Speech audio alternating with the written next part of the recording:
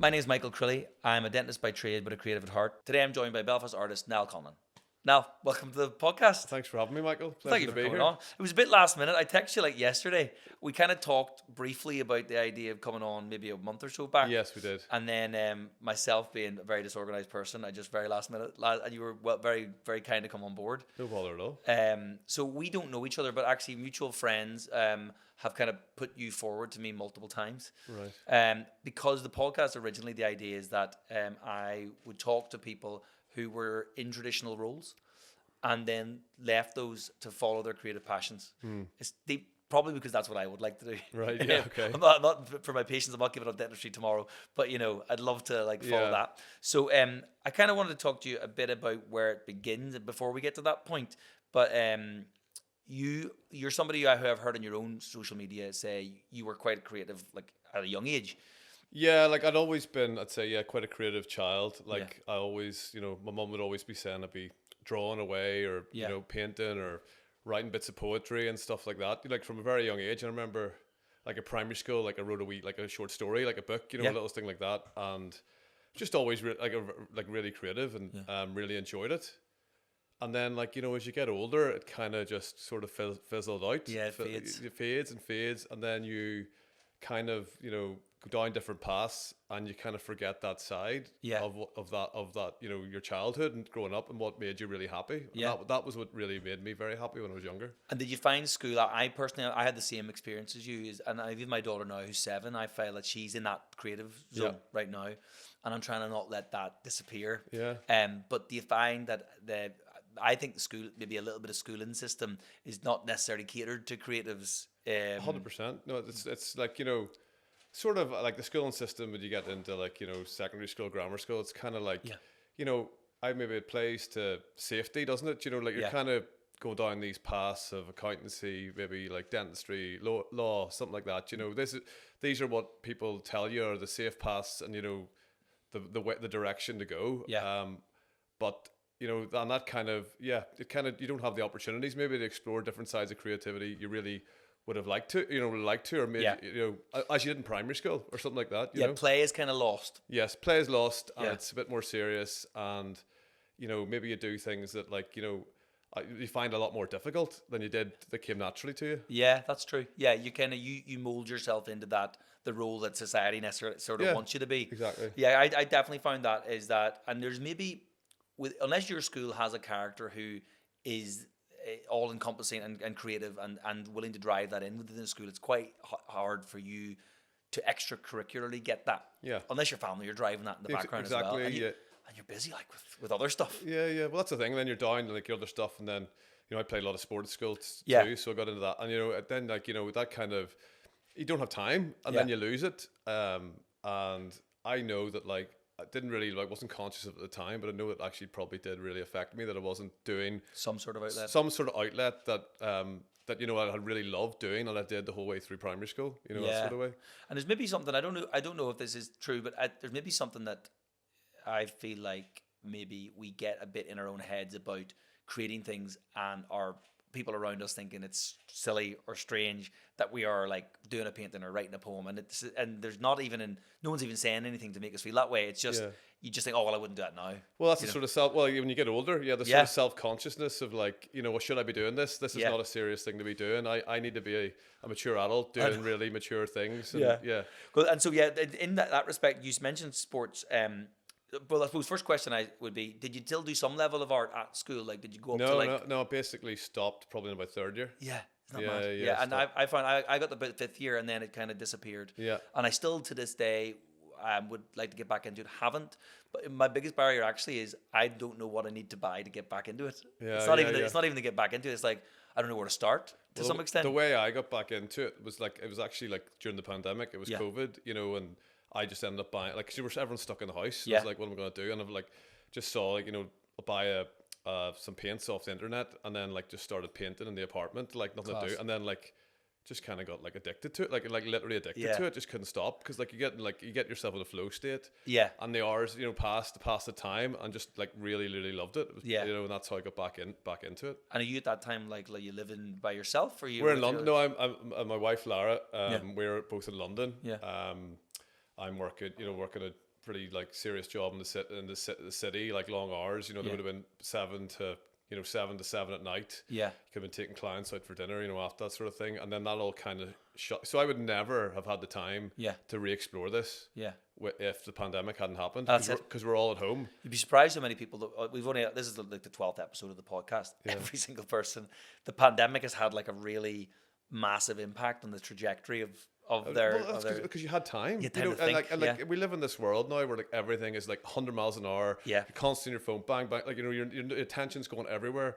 But at that time, you could just sit down. You know, you had your paints and you could create what you wanted, and it was magic. And like you know. It was amazing. It was actually like, you know, like to be able to get in that creative space was just amazing, and keep going. So I wanted to go back to rugby actually, because that is something that was a big part of your life. Huge. Yeah. So was that something? So rugby start school level. You know, you're doing it as a young kid, and then you're working your way up to actually taking it more seriously. You end up to go into what level with rugby in the end? So I was in the Ulster squad for 2 seasons. Yeah. Okay. So I played a lot. You know, started getting into rugby like I was at Inst, and probably got into it. Seriously around third or fourth year, and then before I left school, I started making representative teams, and then Irish schools, and then went down. It was a university in Trinity, and played there, and then I was, you know, after that, I was in like the Irish Academy, and then was offered a scholarship. But I had a scholarship down there, and then I came back, and I was in the Ulster squad then for 2 seasons. When I came, like that was sort of, so at that time that sort of was the dream, you know, to play professional sport. And you know, it's kind of interesting, like, because like whenever, you know, you had this sort of dream from like third year to do that, and then when you actually got there, it maybe wasn't all it was cracked up to be, and it didn't really work out. It's not funny. It didn't really work out, and it wasn't, you know, sort of this sort of magic place, you know, you thought it might be. And you still got to live a life. You still got to make an income. You still, you know, all these other factors. Does that become at that time? Does that become something you have to start thinking about with a business mentality? Like, how do I make this work for me to keep existing in this world? In the rugby world? Yeah. Well, it's just like it's so competitive. Like it's you know, it's very dog eat dog sort of environment that like your professional sport is. So like, you know, it sounds amazing. Like you just want to go out there and you want to play professional sport, but like someone else wants to do it as well. Everyone's very competitive. Yeah, it's like, how long is this going to last? What am I going to do after? You know, and are you marred by, are you having injuries and things at that time as well? Yeah, I had a few bad, like dislocated my knee, and like a few things happened, you know, which kind of set you back. And so there's all, you know, it's never a perfect straight line. No. And it's just it can take its toll if it's not going right for you. You know, and you've got to like be quite resilient to keep bouncing back, and you know. I think that is right from a young person perspective going into professional sport. There probably is this hope, get to that level. That means it'll all be sorted, but not that many of them will think of the trajectories they might have to take afterwards. Because they just assumed it was all going to work out a lot of the time as well. So I got to the point where it wasn't working. I just knew it. The writing was on the wall. It's not going to work out. This is not happening. So you got to make a decision. And then, very luckily, Cambridge University, they came in and said, you know, do you want to come and study here? Unreal. You know, there's money for rugby scholarship. You know, so I got the opportunity to go there. Yeah. And then that would hopefully, you know, lead into a job maybe, you know, after that, which it did too in London. But that was another like very different experience as well. You know?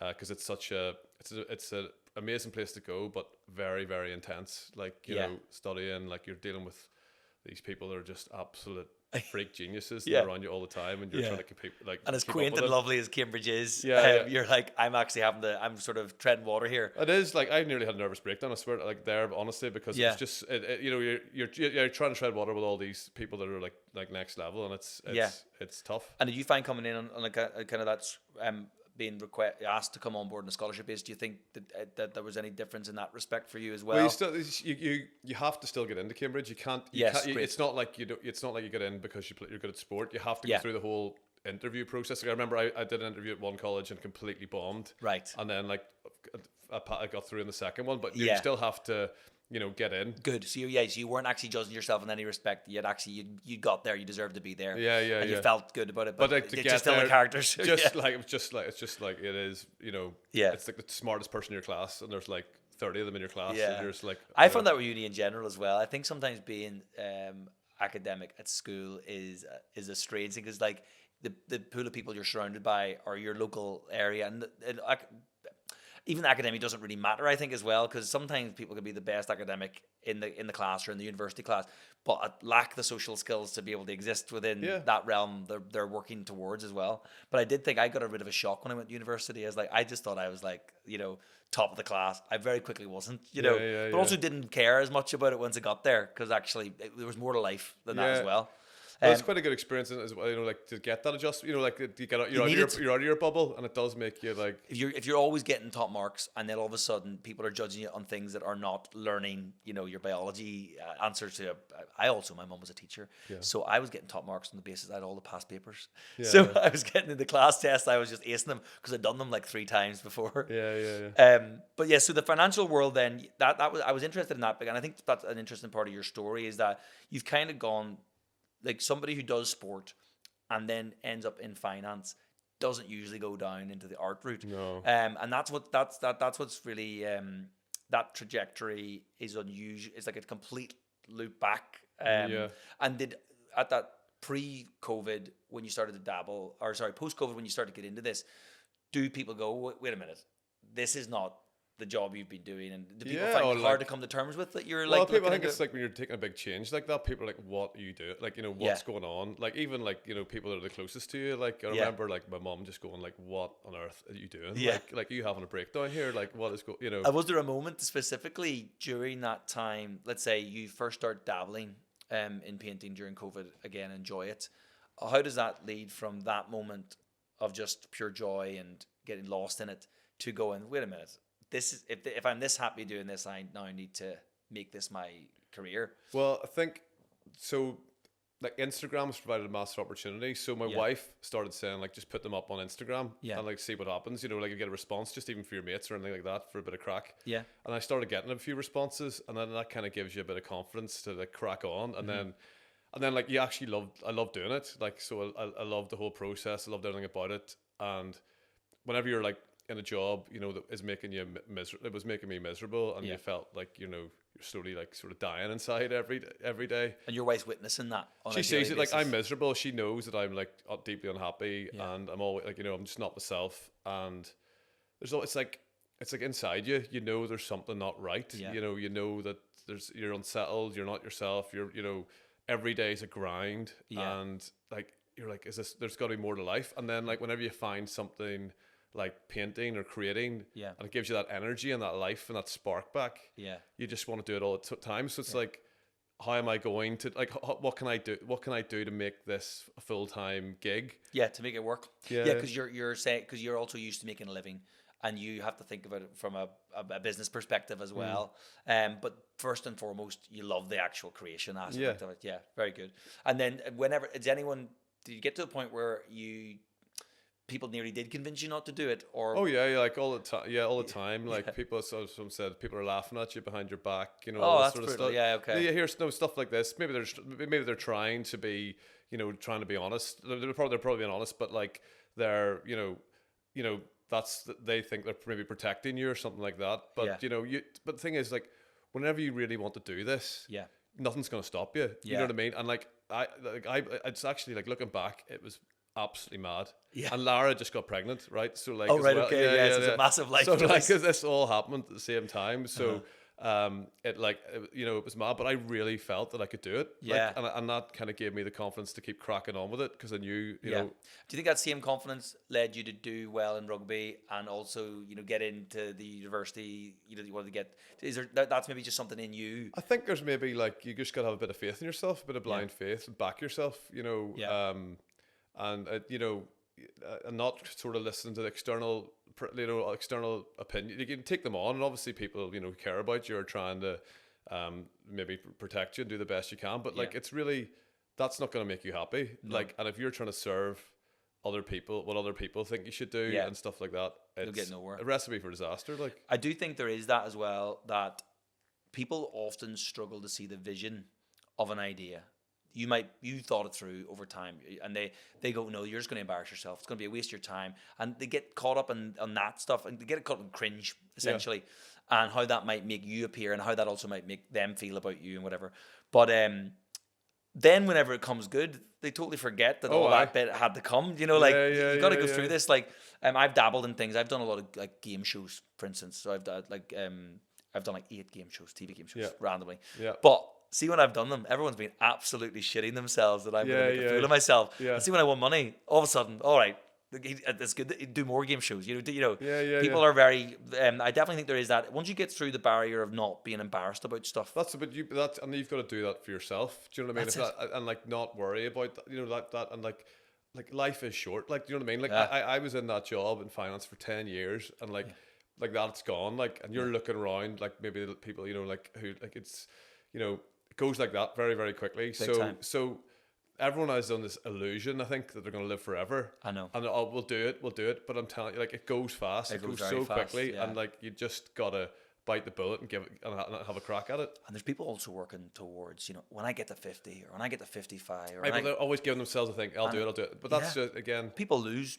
I've had friends recently lose, family members, and it's like you got to do everything you want to do within the year. You have, if it's this year, do it this year, or make a plan for next year, but don't put it off. Or at least like just have a good year. Like, have a good year. Well, I think people like also like think it's all or nothing. Like, it doesn't have to be all or nothing. Like, you can dip your toe into it and see how it's going. 100%. And then, I was like, dip, if it goes flat in its face, I'll go back. Yeah. But, like, I was never going back. Yeah. Do you know what I mean? Like, but you already knew you had achieved some level of like security in that you knew you could jump back in, but you just needed to take that step. Yeah. Yeah. I think, and I would love to know like maybe the stats on people that have done it and like taken it, and I bet you there's very few, or if any, have gone back. I would agree with you. Yeah. I think that even if you're in any role that's causing you that level of stress, there's your body instinctively will just not want to let you go back. Your brain won't want to rewire that way. Yeah.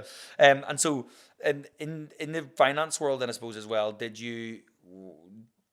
it like a kind of a clean break, or did you have to prove to yourself that the art would fund itself before? I kind of, probably. I was selling a few bits and pieces, but it probably wasn't enough. But then, like, it was coming to an end. The finance thing was coming to an end. It just wasn't. It was just not working. Yeah, and because you were back here. Am I right in saying during COVID, were you in London? No, we were in London. We were in London. So it all happened in London. So like, basically like had the paints covering the apartment in paint. Like, everyone was getting like, I don't know how we got the deposit back on it, like, but like, it was just like. Always wanted to move home as well. Like, we always had a thing, and especially. And you were 10 years in London, but you were in Cambridge before that as well. Yeah, 3 years. So, but like, never felt settled. Like, over there, always wanted to come back to Belfast. Back. That's to funny. Ireland. I had the exact same feeling. I was in Edinburgh for 7 years, and there was something that was just pulling us back, no matter what. No matter what. And it felt really good when we got home. Yeah. Do you think it's a friendship thing, or like just closeness to I think family? It's family and just just maybe community. Like, here, the community is amazing. Like, and like. It's really helped me as an artist. People have been so supportive and helped me and they've really supported me whenever I've told them what I'm doing. Yeah. The help I've got has just been unbelievable. Class. And I don't know if I would have got that in London. I don't think we got that in London. Why would I got that in London? You'd be vying for attention in London. You would have had to seek approval and build yourself and whatever else. We're here, it's just like, you walk down the street, everyone said hello to you, ask, and maybe like, I think when you're younger, that can be a wee bit suffocating. You need to leave to really appreciate home and like. I agree. And bringing up, you had a little one on the way as well. So bringing up a little one, I think I had that. If at that time when we moved home, we were in the hope of having a little one, and we were thinking, well, what if we did, and what if we were going to school, and we just felt like here was the right place for that, because surprisingly our educational system is, as much as I've criticized the creative side of it, like it's pretty phenomenal what you get for very little money. Oh, like talking to guys in England, like it's crazy, and like they like it's. A lot of that adds even more and more stress. You got 2 or 3 kids at school, and you got to pay that. Where here is just brilliant. But also the people here, I'm not a blanket statement, but they achieve well at exam times, and people perform very, very well. About population size compared to the wider UK and Ireland, especially the North, does really, really well academically. But no, and I looked at your Instagram account and kind of when it started, and it was about 2020. I think the first post goes up. You and your art has like changed over that time as well. Yes. But quite early on, there's a few characters that kind of pop up in your Instagram that like are kind of supporters from early on, and I suppose the one I'm going to draw attention to first of all is Jamie Dornan. Appears early on, and you're as a friend maybe that is kind of help support you. He's a really good mate of mine, and he's been brilliant. He sort of, I told him what I was doing, and he was like, life without risk's not worth Amazing. living. Like, and he kind of encouraged it. So he kind of did a similar thing himself. You know, Yeah. whenever he was at uni, and then he took a big chance, and he's done all right. So He's done all right. Yeah. He's worked out okay for him. But you know that you sort of need those sort of little bit of support. I was thinking about this today. I sent Colin Davidson, you know, the artist, a message, you know, like right at the start, like, and they must be like, well, who's this guy, you know? And he actually sent me a message back, just a wee bit of encouragement. Yeah. But that was absolutely, like, at that time, you know, unbelievable. pretty like seminal at the time to keep you going. Just little things like that. He didn't need to do that, and he did. 100%. And actually, you find the people at the top often are very nice people who are not trying to gatekeep. They're actually quite supportive. Yeah. They're not necessarily in competition with you. They're just like, yeah, 100%. I'd happily give you that advice. Yeah. And was that just on Instagram? You're just reaching out? Yeah, just each choice. Yeah. It's actually, I have to say, Instagram for me personally has been one of the best thing to ever exist on my phone. As much as social media is terrible in many ways, I wouldn't have the career I have today. I wouldn't have this podcast. Well, like I wouldn't be an artist. Like, there's not a chance. Like, I don't know how, you know, like if you're an independent artist, you know, like 10, 15 years ago, when you're purely relying on a gallery, you know, or an art dealer or something like that, it's so hard. It's extremely hard. And probably, I would imagine the art world is all about who you know and how and getting connected with the right 100%. People. But this has meant you can get straight to an audience without a gallery in many ways. Well, I think, like, it's, you know, it's important to say this, like, you know, you can create a career for yourself by yourself. You know, I think that's where my sort of like background in business has really helped me, because like I've been able to look at it like in a sort of holistic way, whereas a lot of artists maybe like are waiting for the gallery to come, you know.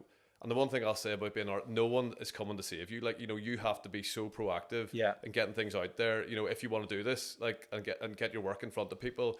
Because if you're expecting people to come and just like go, oh, that's, you know, amazing, I'm going to buy that, like, it doesn't work. Like, you've got to really be on the front foot about getting your work out there, and that's what social media is incredible for. Like, it's also got its negatives, and if you're on your phone all the time, but like, it is, you know, for me to get my work out there, it's been just absolutely incredible. To be honest.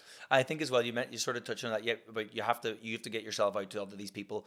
You also, I think, have to plant seeds early on, like reaching out to, say, Colin there, and you got to plant seeds for your future self and say, I'll make connections with this person in a very subtle way now, or I'll go to something that they're at, or I'll do that, and you're kind of planning ahead with the hope that in a few years' time you'll be in that realm and they'll already know who you are. That's the sort of thing, and like, but that's what you're saying about having a vision, you know, like sort of thing, and what, you know, and that's, you know, and where you want to go and what you want to do with it. But the gallery sort of like the sort of, like, you know, if you're waiting for a gallery and stuff, it's difficult as well. They take, you know, they can take up to 40, 50, 80, sometimes 80%, you know, and that's a lot, you know, whereas we with controlling your own narrative, controlling like your own collectors, your list, like you have control, and like and no one can take that control away. And like, say if you know, people, I've heard stories, you know, of they've been doing really well, and then the gallery suddenly they haven't for a year or two, and the gallery drops them, and then you know where do they go next? It's tough. So you're, to some extent, you're building a bit of a community who already support you,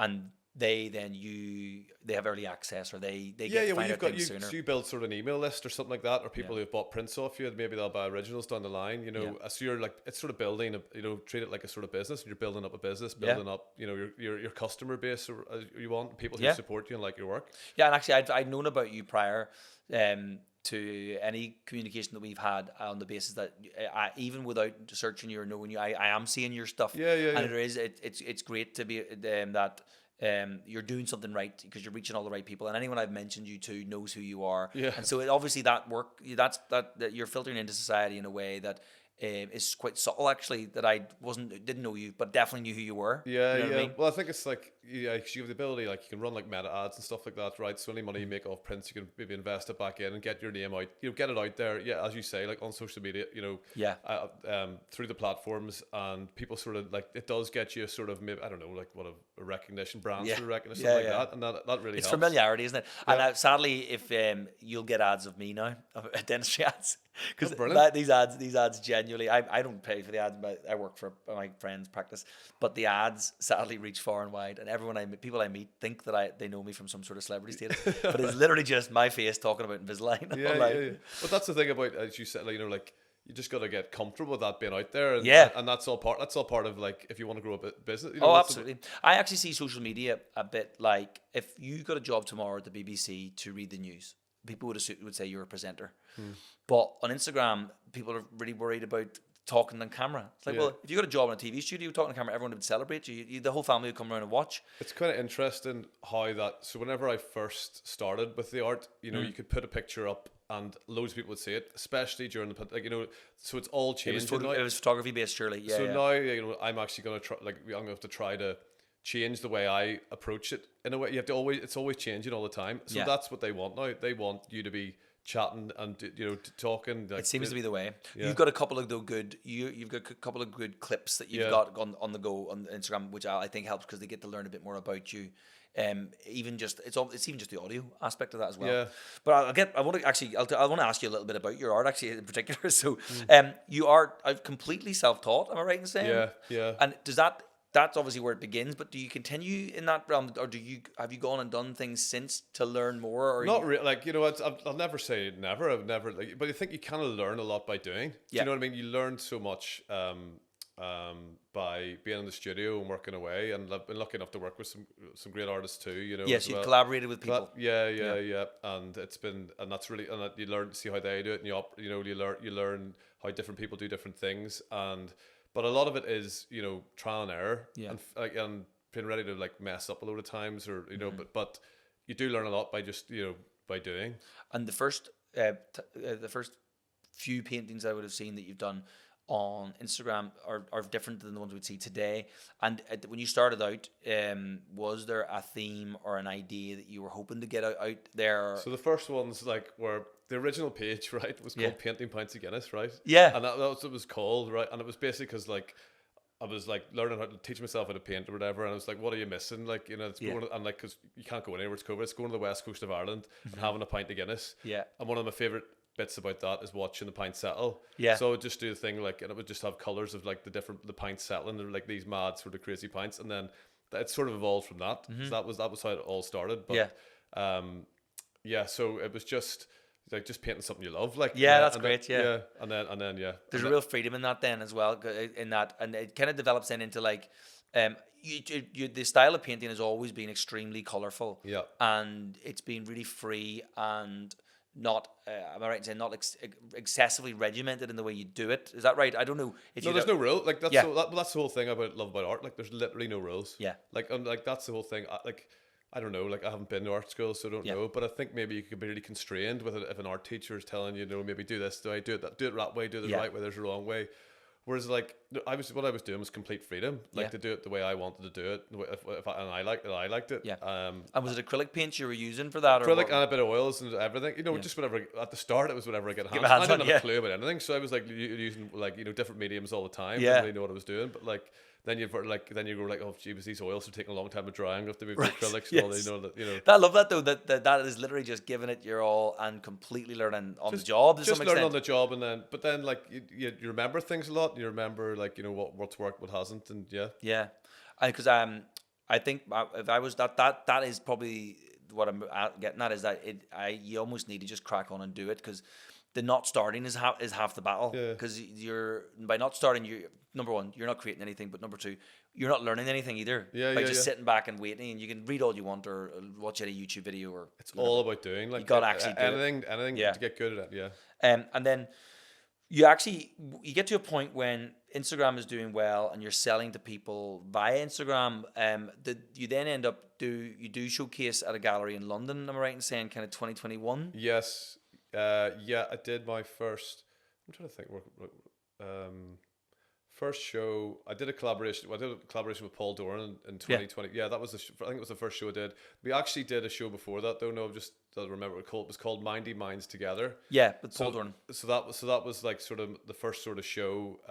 Hallows. The first show I did was a show with Paul, and it was in the Hallows Gallery on the Ormo Road. Right. And that was the first show we did, and then we ended up going into the studio in Ross's auction house. We're very Angus Clark was very good to us and gave us a studio space there, and we did a project called Mindy Minds Together. Yeah. Where we worked with the Wave Trauma Centre and Aware and it was about mental health. So you know, art has been really, really beneficial for me as well for mental health, because, you know, I think, you know, it's the ability to express yourself in any way you want, in a freedom. And I think whenever I, you know, quit professional sport and I went to the city, and then like I didn't have that sort of, you know, An outlet of that escape, sort, an outlet to do that, and then I found it again, and it was like just making me so happy. So so we decided to do a show with these guys, and we had people from the Wave Trauma Centre. These were all people, you know, who'd been affected by the Troubles, maybe lost family members, and they came in and painted with us for a few weeks. Amazing. And then they ended up doing a collaboration painting, and we did a big show, and it was just an amazing experience, and it shows like the healing power of that art can have, and like everyone that came, I think they really enjoyed themselves, they loved it, and they again were starting from scratch, but it was just getting in the studio, you know, just expressing yourself, painting whenever you like, you know, and they really enjoyed it. And did you and Paul as artists know each other prior to those things? No, I'd reached out to him again. Yeah, that's the same as via Instagram, and then he was very good, and we had good chats. And then I told him, you know, sort of my idea what the plan is, and then it sort of developed from there. Oh, that's class. Yeah, and I think the big things I find when talking to any creatives in this podcast is the two things that keep coming up to me are like kind of storytelling. Which every creative, whatever they're creating, they're telling some kind of a story, whether that be something they just made up or whether that be a real powerful thing.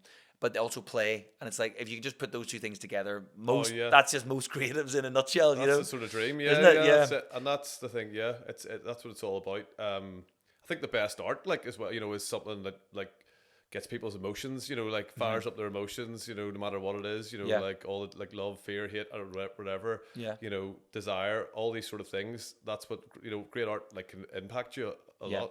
And do you find you'll create differently based on how what your month's like or your week's like? Yeah. And will that kind of impact the thought? I suppose.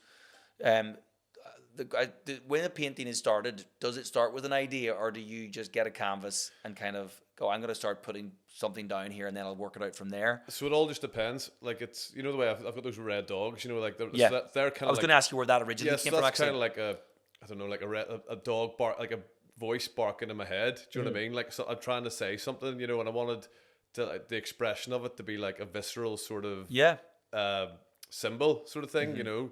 Motif or whatever it is, and that's the dog came out, and that's, you know, the one that most people know is the more Irish, more blacks, more dogs, sort of, and that, you know, came about. I remember like I was pretty fascinated with like Richard Harris as a character and a creative, and like I've got a character, and I saw an interview with him, and he was talking about how when he first moved to London, like he saw those signs, and he ended up like smashing the window and keeping one, putting it in his pocket, and he had it with him for the rest of his life. But I was like those signs existed, and then looking into it, and then, you know, and then like, you know, I think the way the world is now, you want to, you know, we want to put a positive spin, and like look to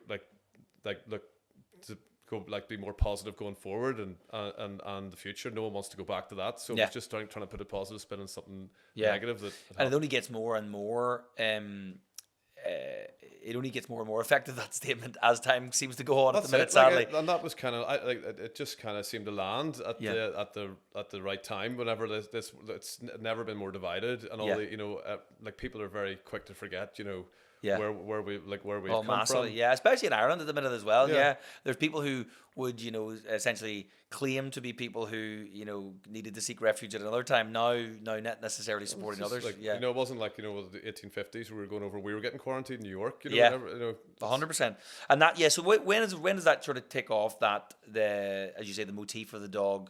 When's the first time? What sort of time frame does that first get used and kind of? That was the first. So that was one of the first paintings I painted in Ross's studio. Like, oh yeah. Oh, very good. And it was just, I don't know, it just happened, and then and it was the first painting I sold in my London show. Like that was the first painting. Was it? Yeah, amazing. Yeah. And then so there's a part of you that You'll obviously use that in different forms, and I do. Now that you've said that about the dog barking, it makes sense, because these pieces always have a statement to go with them. Yeah. As in, like you've got a 3-word or a phrase that you're trying to tell the world something. Yeah. And then do you over time that will probably tweak and change, and but I find that is something that I would identify as your work. And it's... Well, I think the thing is as well, you know, like if you're going to make a career as an artist, you kind of got to be recognizable and have something that people know is you, you know, like distinct. So that was, you know, and like, I really enjoyed, like when I think like one of the things, all we have is now, like, you know, like not to worry about the future, the past, just worry about the present moment and what's going on. All these sort of things that like, I would find important, and to remind myself, like, you know, like, or, you know, take that risk. One of them is called No Risk, No Story. You Yeah. know, and that's like just like if I hadn't taken that risk, I wouldn't be here sitting with you. You know, like 100%. having a chat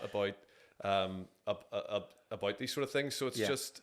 So it's like they're kind of reminders to me as well. Yeah, You know. yeah, and that's the nice thing about creation is that they exist, and then because they exist, you have something to show for your work. I was talking to somebody who was a food content creator, and then someone who's a chef, and sometimes I think the only sad thing about that level of creativity is that it's consumed. Yeah, it's gone. But it's still a memory, and that somebody had a great experience based on that. But at least with a song or TV and film. And art, that can be kept, and I've noticed you also, you're good to find people who've been wearing your stuff and saying let's fair play. Yeah. So there's an activist photographer recently who I saw on your Instagram feed was wearing it as well, and because it is that's a statement, and it's like it's your brand, but also it's saying something. Yeah. Which is amazing. Yeah. So I also your style then. Do you have a way of describing it, or is it? I'd say it's like sort of mad, chaotic, abstract Irish expressionism, something like that. Yeah, that's fine. Yeah, I kind of feel like that is, and your movements and the way, and even your font, like it's never the same twice. I would say.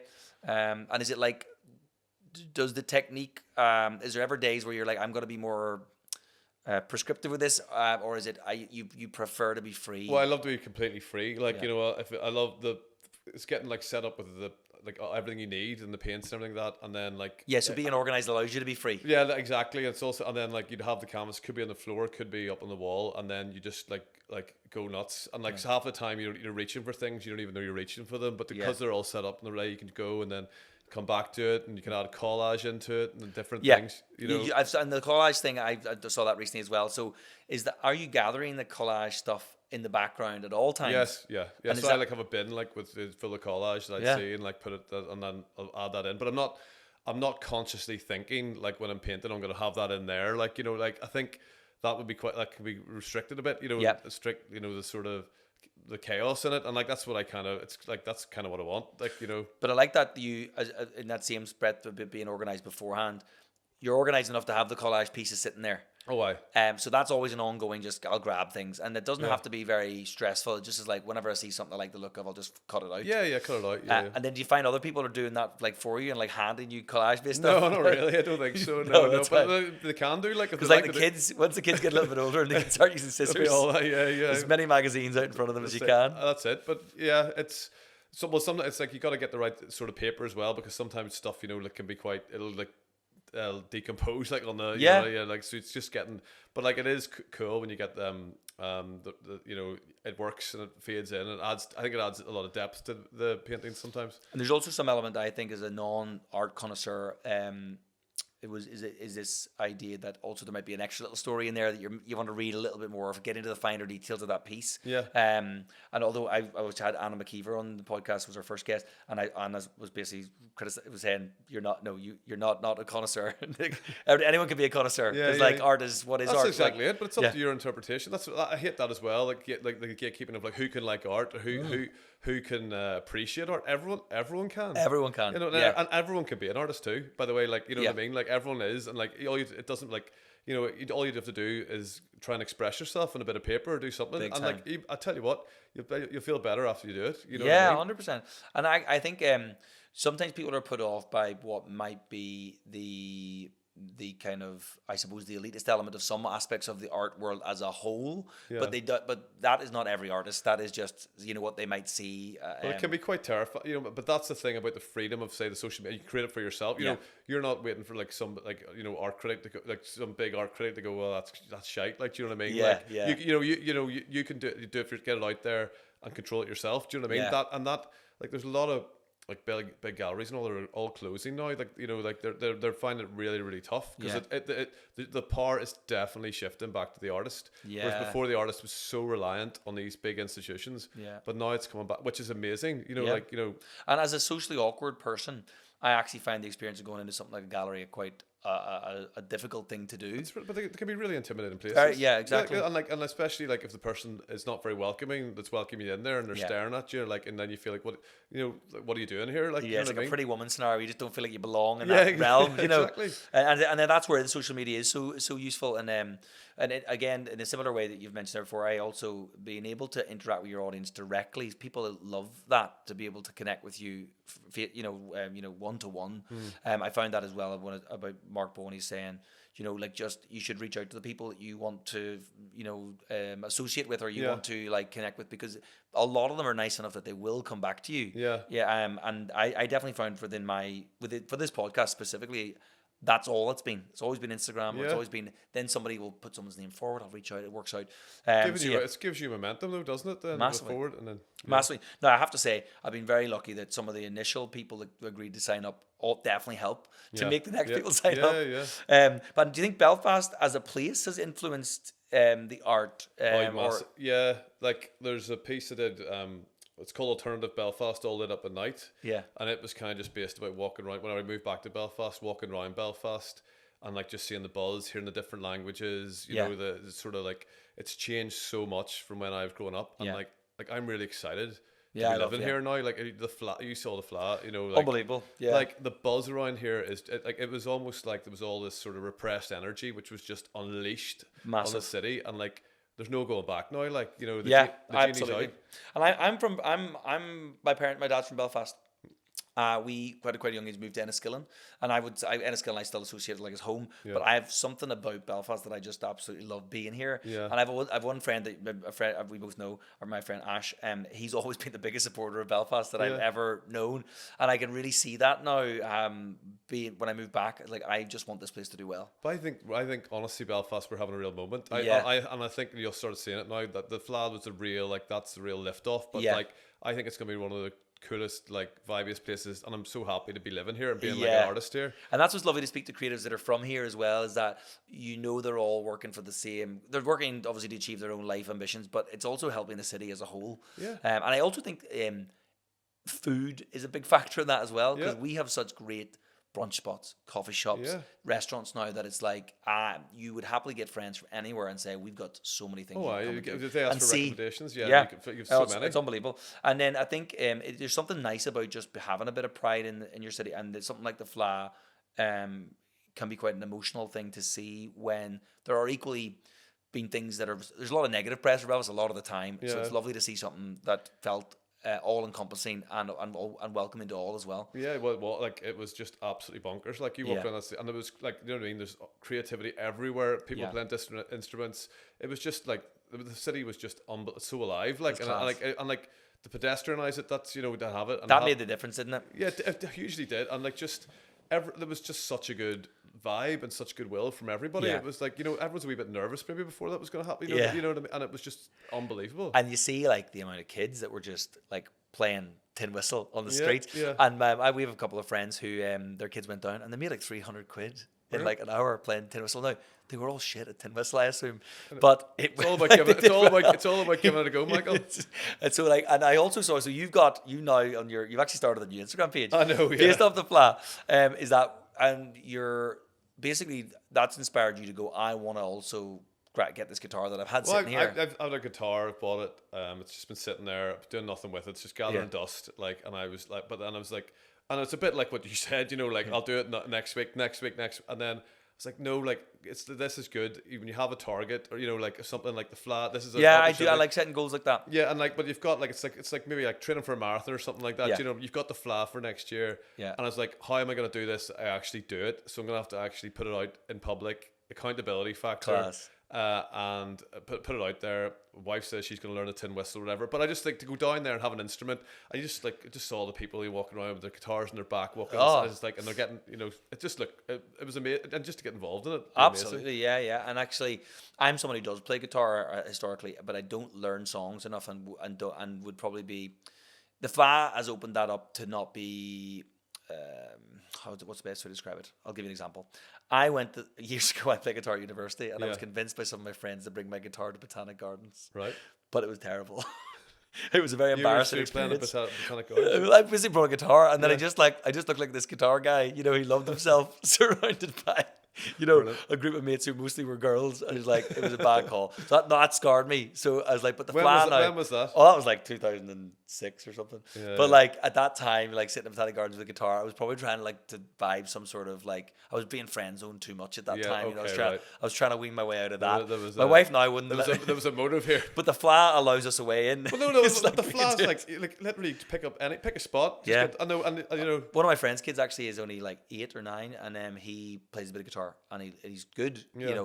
But like at that age, singing and everything. And he rocked up to the Foundry in town, Yeah. and he said the guy got off stage, said, "Can I play?" And the man like let him play like 5 songs, and that Amazing. that kid will now fulfill his That's amazing. musical ambitions because he got a chance when he was Yeah, that young. that's gonna give him such Oh, a big lift to unbelievable, get him going. You know, but that it was incredible, and that was all the sort of, the goodwill like in the flat. That's what it was. That's what it was. That was all about. Yeah, yeah.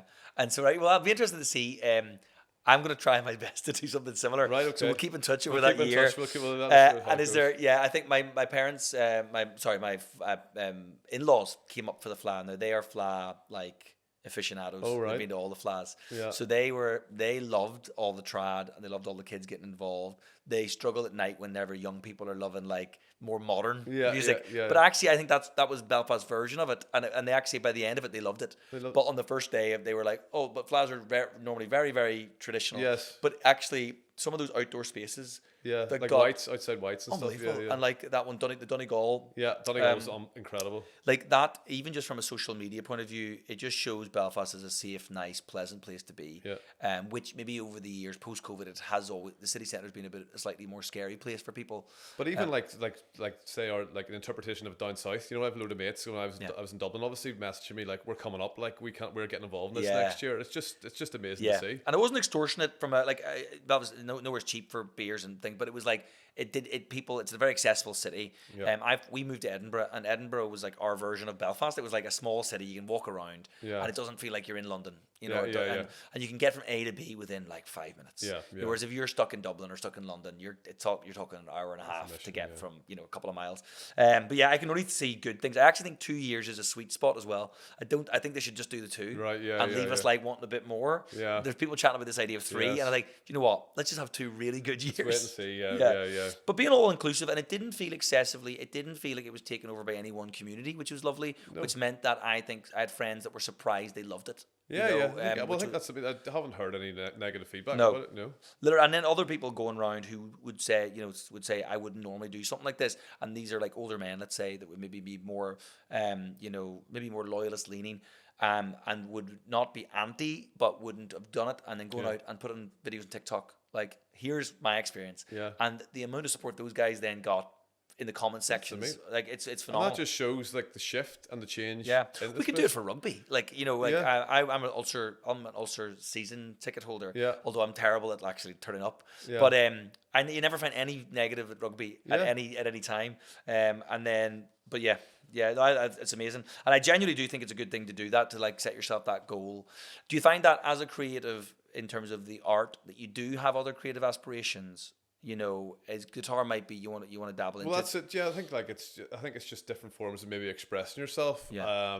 And yeah, like that's another means to do it. You probably have ideas. You could work away, and I think it helps. Like Yeah. like in the studio, and then you're messing about the guitar. It all sort of helps. Yeah. And they all kind of feed into each other, don't they? Definitely. Especially like listening to music when you're painting. Like that's such a big thing. Like That's what I was going to ask you. What do you in the background? Everything, like all sorts, everything. Like it could be like all sorts of music. Jeez, you put me on the spot. I can't remember. That's all right. Yeah, yeah. But it's like, it is music. It's like, is it like a playlist of some sort, or you? Yeah, you're- just you're- a random Yeah. playlist of different things to have on there. Yeah. Because you just need something in the background, and to just keep your brain ticking along in that. In the And world you're in. sometimes like a song or something can actually affect, especially if you're doing more of the abstracty things, it can Yeah. definitely affect the way the style of the painting and how the painting's Class, going. love that. I also saw recently you did a collaboration with Harlem, where your art was basically placed on the uniforms. of Yeah, Harlem. yeah, That's that- a really cool thing. Yeah, Faye reached out to me. There you go, via Instagram. She Yeah. said she's seen the art and she was like, "Do you want to do this collab for the Fla?" Unreal. And she was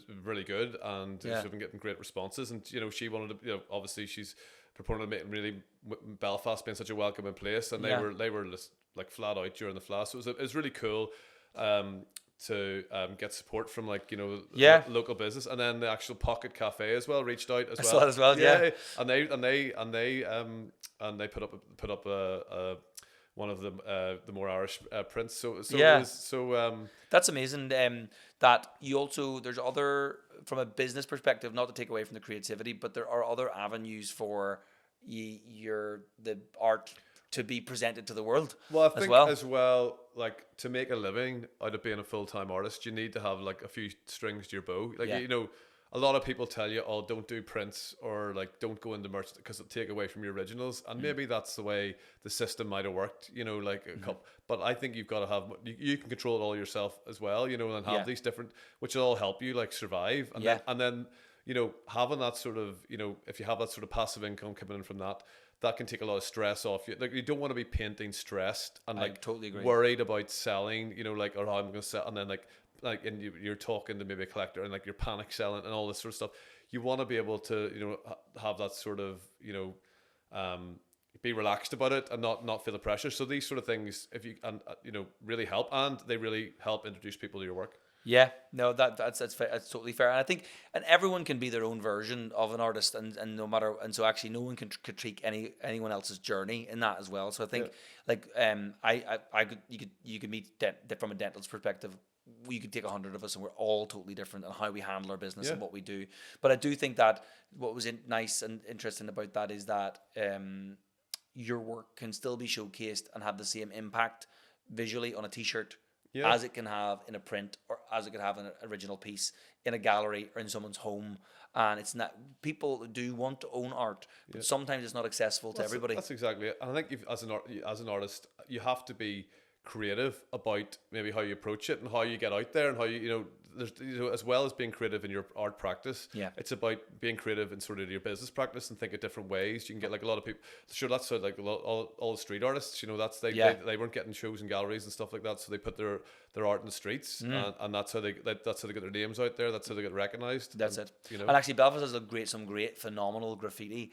We have this thing with my daughter where we drive down the road and we just shout out graffiti. So it's basically her thing is, it's either good graffiti or bad graffiti. There's a lot of bad graffiti in the sense that it's just somebody's tagged, you know, an electric box, and then there's like phenomenal, beautiful, like from the Lisburn Road to Ormo to Botanic down to like city centre. It's like there's some unbelievable, some phenomenal stuff. And that's what I mean. Like we're one of the street art capitals of Europe. Aren't we? You know what I mean? It's unbelievable. There's some scene here, and then like for the likes of like the Flat and everyone to come and experience Belfast and experience all that, you know, what the city's like. It's and actually we have a history in a negative and non-negative way. The history of murals has been a thing. Yeah, huge. It's just that murals now have somewhat graffiti has become a part of that world as well. And I actually haven't done the graffiti tour in town, but I heard that actually that tour is phenomenal as well. And if there was interest then amongst your kids in the future in art, and they are going through their school, you know, they're going through, you know, whatever, secondary or grammar school, and they express an interest in going in the same realm, do you think that you'd be dying for them to jump in?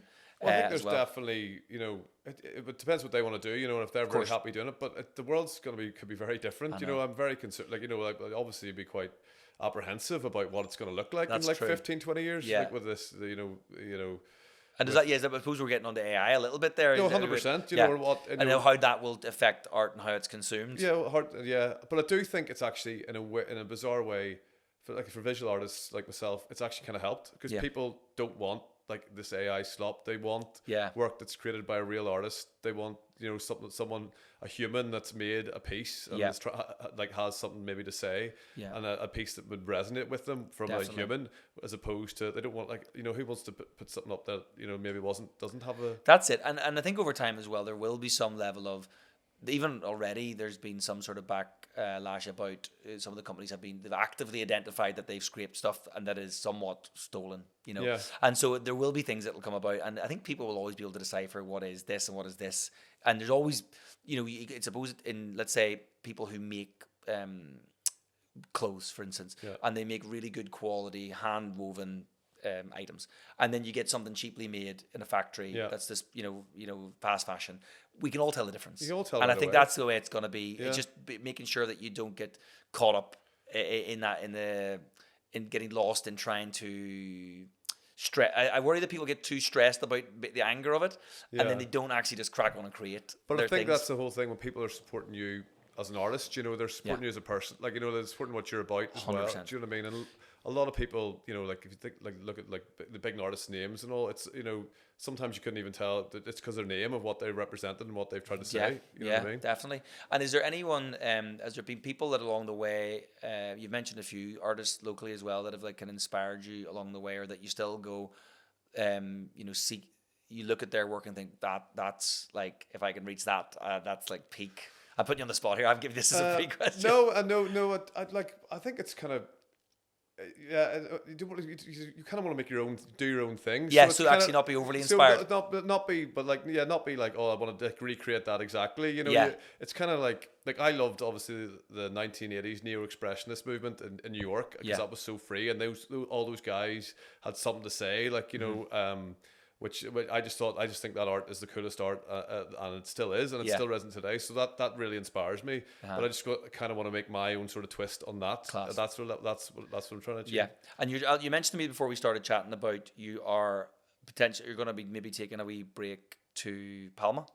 Yeah, so my wife's on maternity leave, and I'm a bit flexible as an artist, so we're maybe thinking of going to Mallorca for a couple of months, just to experience, just to go somewhere and see somewhere new. And there's quite a cool art scene there. Yeah. Just to try and be in the sun for a few months and just experience a new place and come back. And it'll be interesting how that potentially impacts your outlook on it. And I think you can being in different environments can definitely it will have an effect on what you create, I think. And, Class. And would you plan to do a bit of art when you're out there as well? Yeah, 100%. That's the whole plan. Yeah. Well, hopefully. So that's what's nice about it as well. It's an accessible thing that you can take with you or get when you're out there. Yeah. So and sort of integrate yourself into that scene a bit. If you know any artists in Mallorca, let me know. Right. Well, if I might make an excuse to do a podcast episode out in Mallorca. Yeah, you got to come out and do it. Yeah, very good. No, well, I think, and other than that, at the minute, your big thing is that you're busy at the minute and you're actively promoting your work, and I can see you're on social media and doing stuff. Is there any other future goals you've got at the moment, or you're just happy just ticking along with you're creating regularly? Just I think for any artist, I think the most enjoyable bit they would say is definitely being in the studio creating. But the reality is you've got to do so much more on top of that to survive if you want to do it by yourself. Now there's maybe the top 0.5% that are represented by a huge gallery that have huge lists and very wealthy people that collect their work. That's top one.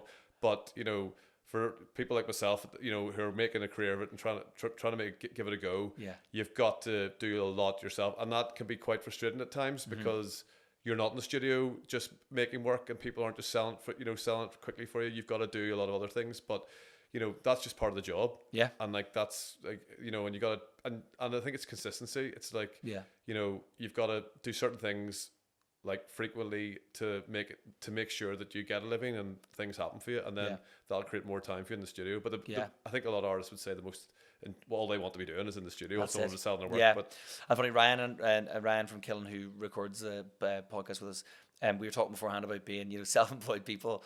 Or you think you're going self-employed to get more free time, and you're working you're working when you're not working, and you're working on the business all the time. Working and you never switch off. That's another thing. You don't have a weekend where you're constantly. I'm thinking what can I do to improve it? What can I tweak? What can I do? Yeah, and that could be that could be hard at times, because you got a young family and stuff, and you're constantly what could But that's I wouldn't have it any other way. Yes, exactly. And you're your own boss, and you control things. But so look, it is nice when you get a paycheck every month. You know what's going to be. Yeah, that's it. Like that. I do sometimes think, I obviously have the luxury of being a dentist, and my fallback non-creative role is very difficult to not want to do, because it's obviously it pays well, and I haven't found something yet that's taken me out of that. Yeah. But I think I suppose it's amazing to see people who've taken that leap and been willing to give it a go, and I love seeing it when it works out, and it seems for you it has really well.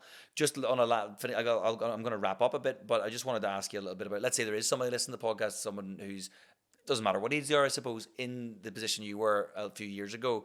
I suppose you've kind of talked a lot about what you could do, but in summary, they should just get started doing what they're doing as soon as possible. We said, like, it's all about the doing it. Start and dip your toe and, like, you know, gradually sort of build it up, and you'll see if it's working, and, you know, find different avenues to show it. Put it out there. Put it out there, and don't be afraid, right? Because, like, literally, we're all gonna die. No one's getting out of here alive, right? Yeah. I've got a piece called Memento Mori, like, and it's remember the daggers, like, it's like the daggers always hanging over your head. Like, just you've only got one shot at this. Yeah. Do not, like, it's not, and we're not gonna live forever. So, like, just give it a crack, and you never know. And then it can lead to amazing things. But it's like you have to just get started. To keep doing a little bit every day, as you know. I think as you know, being a full-time artist, you've got to kind of motivate yourself to get in the studio, even when you're not feeling inspired. You know, and I think a lot of times, like at the start, you're really inspired because, like, you don't do this, but then, like, it becomes, you know, it's like anything, like that sort of, that novelty can wear off, and you've got to, like, but then it's amazing. Like, I'll go to the studio sometimes, and I will be not feeling it, like, at all. Don't want to be there, and just get started. And then suddenly, like, you're in, and, like, you've done something, like, you're really proud of, like, and that's by just getting in and doing it. That's it. Yeah, just turning up and being present, and actually putting the tools in your hands to create. And if then your brain will kick in when it needs to. Just tell the brain to shut up. You know what I mean? Like, because, like, it always, like, no, you don't need to be doing it. You know, like, and, like, it's like you can't rely on how you feel. You've got to just get yourself in the place. Very much so. Yeah, I think that's exactly it. I also think we're in a society where, let's say, embarrassment and cringe and worried about what people think of you, we're so used to just flicking up and moving on to the next thing that the thing you put up today that could potentially embarrass you or you could worry, no one really cares. You know, like, it's all more in your head what other people, like, you think other people think of you, but the reality is everyone's busy with their own lives. They don't really care. You know, like they really don't. So, like, you got to get over that and just get out and do it. Totally agree. Yeah. Well, now, thank you so much. Thank you, Mike. I really appreciate you coming on the podcast, and I look forward to see what happens post Palma. Yeah. Thank you very much. Cheers.